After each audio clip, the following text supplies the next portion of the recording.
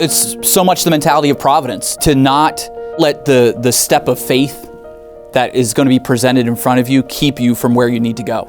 Sure. That there's going to be some difficulty. There's the unknown. There's the unseen. But I'm going to give it my best shot. You say I'm going to rise to the occasion. I'm going to utilize the tools and the gifts I have been given by the Lord and those that have invested in me, and I'm going to take this step and give it my best shot.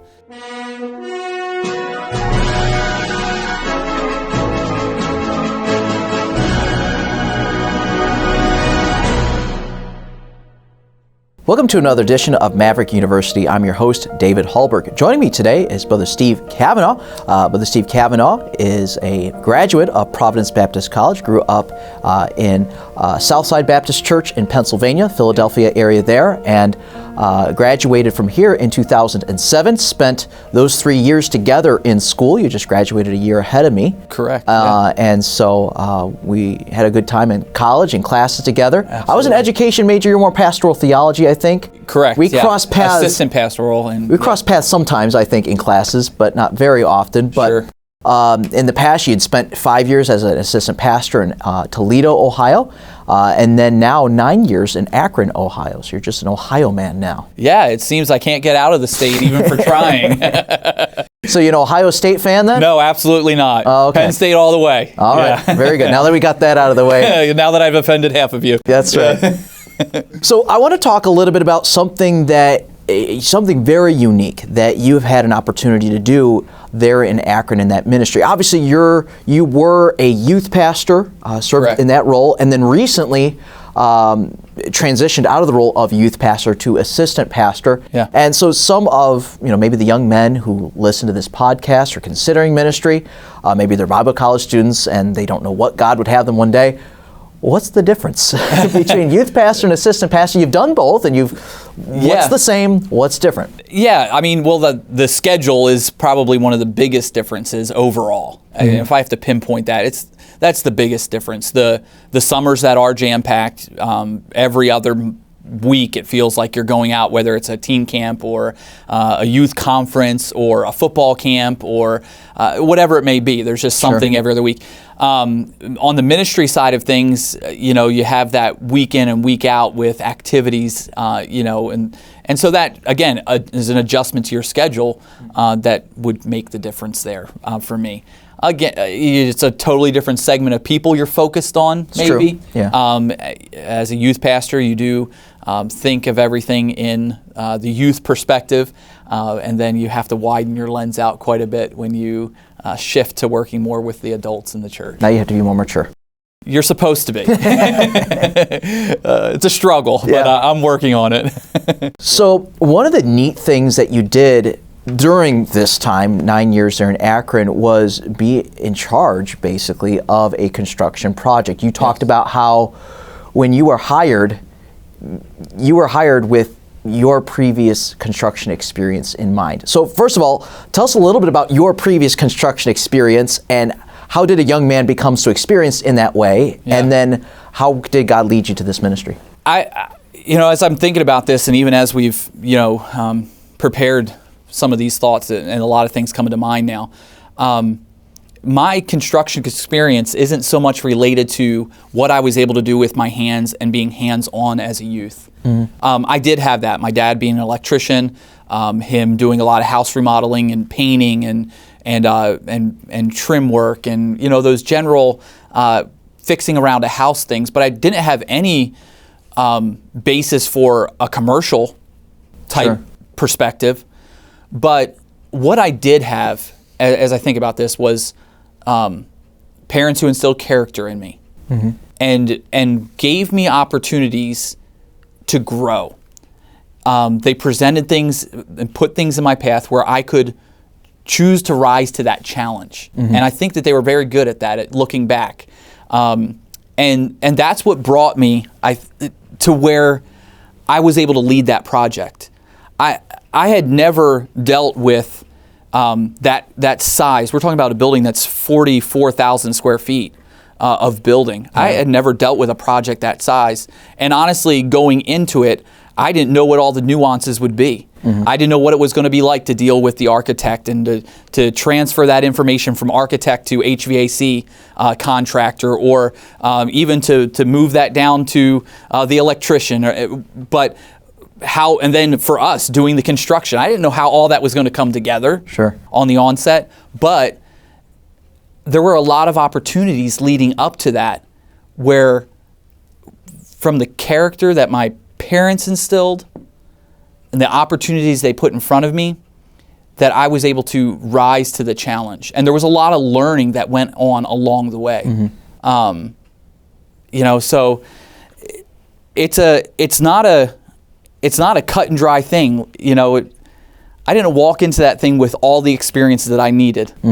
I grew through that process. So you're talking about growing up, your parents gave you problems, they gave you obstacles so that you would learn to solve problems, overcome obstacles, so that there's no way you can train your children to know how to overcome every obstacle. No. But it's along how to overcome a obstacle, then they can overcome virtually any, I imagine. Correct. And it's so much the mentality of providence too, is to not let the step of faith that is going to be presented in front of you keep you from where you need to go.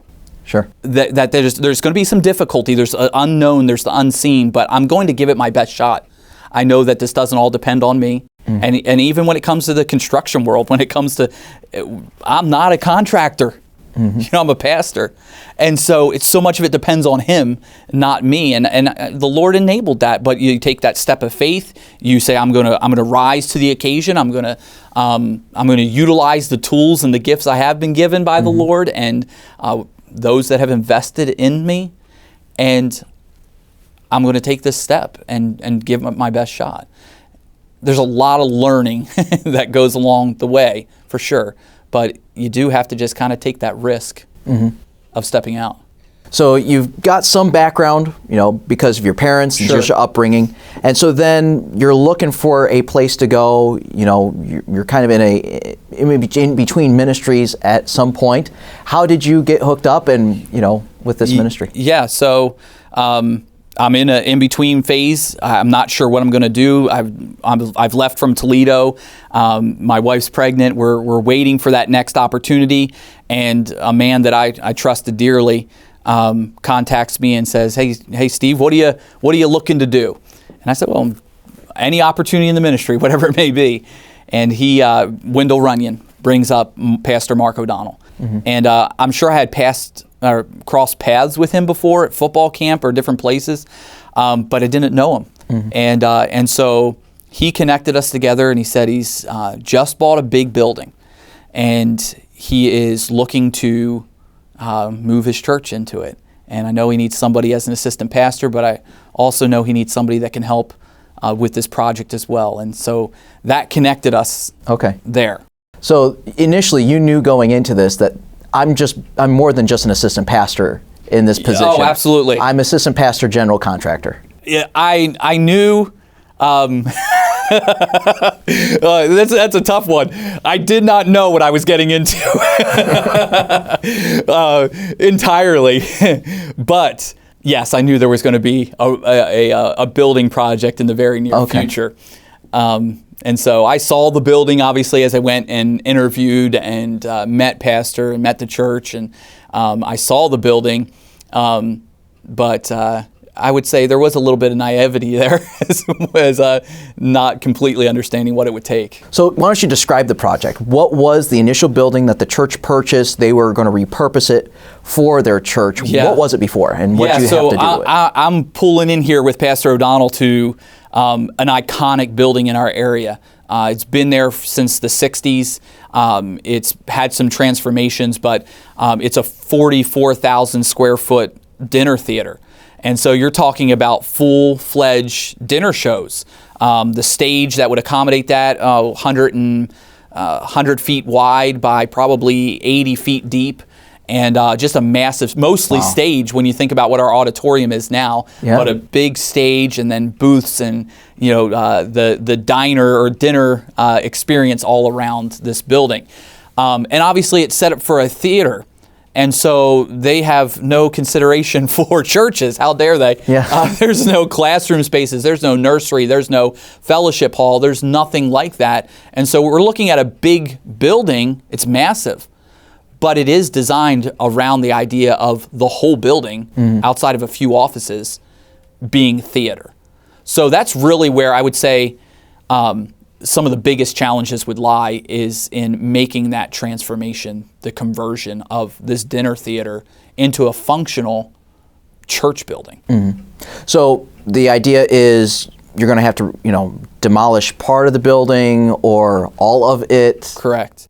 What do you have to do to tear out? It's a cinder block and concrete building, steel, cinder block, and concrete. And so we knew going into it there was going to be a incredible amount of demolition that would have to take place, and that's what we did. We basically went in. We had these demo days, we would call them, and we would organize men of the church to come out, and we would just start tearing the place apart. It's a dinner theater, so you can imagine the amount of carpeting. Or maybe you can't, but it's carpeted not on the floors and on each level of the theater, but it's carpeted up the walls. Oh, wow. And so you're talking about auditorium walls that are carpeted, 20 feet up, and every square inch of the building, the columns are wrapped in carpet. The steps and the walkways where thousands of people have cemented that carpet to the glue and to the concrete floor. Yeah. And so it took a year of demolishing the interior of that building. And it would take us weeks and weeks and weeks of pulling 6-inch strips of carpet, because that's the biggest we could pull off by hand. We rented machines, we tried everything, just couldn't get it any other way. And so 6 inches of carpet at a time, ripping up carpet from, a floor space, probably 30,000 square feet of floor space of carpet that was glued down. Well, it was built in the 60s. They like to put carpet everywhere in the 60s. I don't know what it was back then. But don't ever get back into that stage again in the building world, please. But so we're not talking about a 6-month construction project. No. We're talking how long since you guys started to... Almost to the T, 5 years. Wow. And so we're a year of demolishing. I couldn't even give you a number. Hundreds of dumpsters worth of materials. Literally, we're talking about having bobcats with jackhammer attachments inside the auditorium, destroying hundreds of feet of concrete and pulling that out and pouring new concrete to level the floor. And so a year of demolishing the building before we even start rebuilding. So all this is going on while there is a functioning church happening. There is a and you are supposed to be a functioning youth pastor, assistant pastor. Correct. Talk to me about your schedule. Obviously, that's something everyone struggles with. Everyone struggles with their schedule, getting the things done they need to. You've got home life, you've got ministry life, you've got work life, you've got demolishing a building, rebuilding life. Yeah, absolutely. How did you manage your schedule and what you have to do to get it right? There's a lot of sacrifice that it takes to do something like this. If we're not careful, a lot of times we do want to look at our schedules and say, I'd like to have the 9 to 5. And that would be wonderful, wish everything worked in those hours. But it was a very long time. And as we went through this process with the building, we started out working a couple days a week over there, and as the project went on, we went to every day, and then it went to 12-hour days, and it was a difficult thing, and that's a lesson I think that I learned through that whole thing as well, is that you may have a project going on, but you can't lose your people in the middle of the project. And there was a lot of time. We were, in the end, spending 12 hours a day, every day, 7 in the morning to 7 at night, working in that building just on the reconstruction phase. And so my schedule looked like getting up early and doing my personal time and my home life and my walk with the Lord and my ministry stuff before I went in at 7 o'clock in the morning, or 7:30 in the morning, or 8 o'clock in the morning, whatever it was. And then when I got home at night, it was a little bit of family time, kids go to bed. Sure. And then it was the preparations for the next day. I'm running this project and I've got to have things in place even just for that next day. What am I going to do with the guys that are there to work?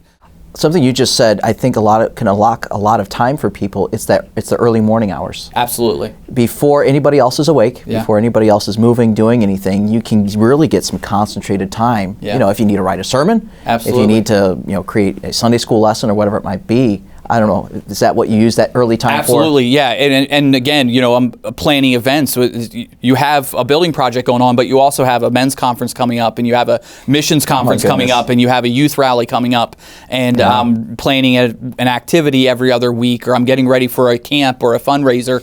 And so, yeah, that early morning, and it's such an important time. If you don't learn to utilize your mornings, you've lost so much of the effectiveness of the day. Yeah. For sure. And so you got to get up early and utilize that time.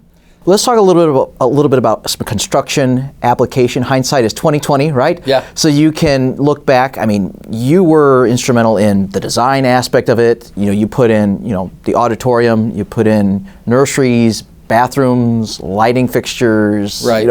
Plumbing issues. Yeah. What are some things that you really like about the building? How you did it? Yeah, absolutely. I think we took a lot of time in a couple different areas, and planning is so important. But really pleased with how our nursery system turned out.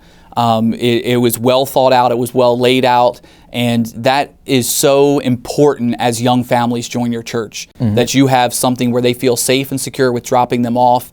We were able to get. One of the things that I love the most is that our nursery is not off of a main pathway. It's off of the main pathway, but it has like its own lobby. And so you go into the nursery lobby, and then you can drop to every nursery room from that nursery lobby.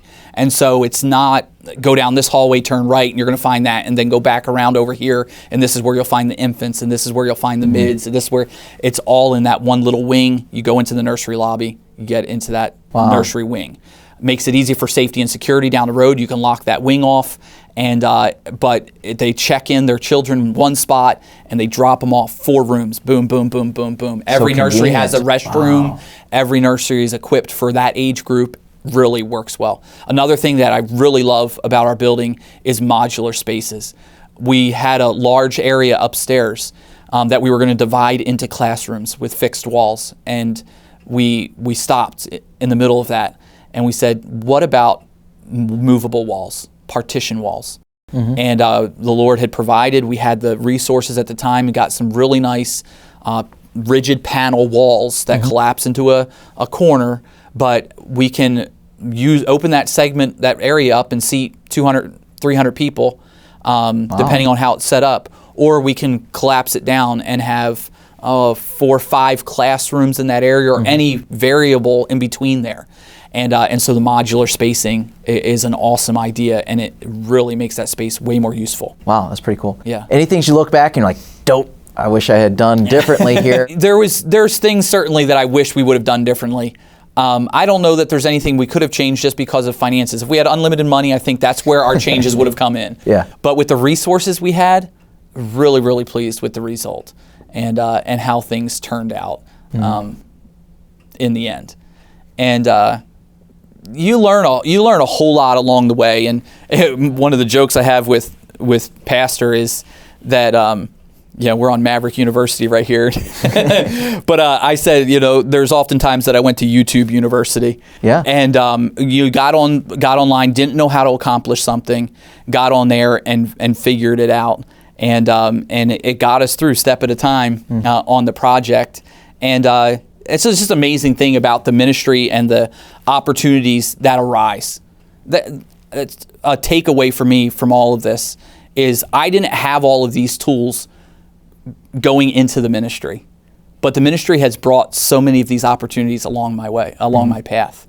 And I went into the ministry just to go and help a man. That's when I got out, graduated from college. So I just want to be a help to a pastor. And all of these things came up. Yeah, I had a background. Yes, I had parents that instilled character for me. But on the flip side of that, the Lord brought opportunity along my path, and he worked things out for me. He brought opportunities, he brought people along, and I want to be careful to acknowledge that while I may have been doing this project, I'm not an island unto myself. There were so many other people that contributed to it. So thanks so much, Brother Steve, for joining us, and thank you so much for joining us as well. Be sure to like, comment, and subscribe if you're on our YouTube channel. Also, make sure you subscribe on some audio-only platforms as well. That way you can keep up to date with all the future episodes. Thanks so much for joining us today.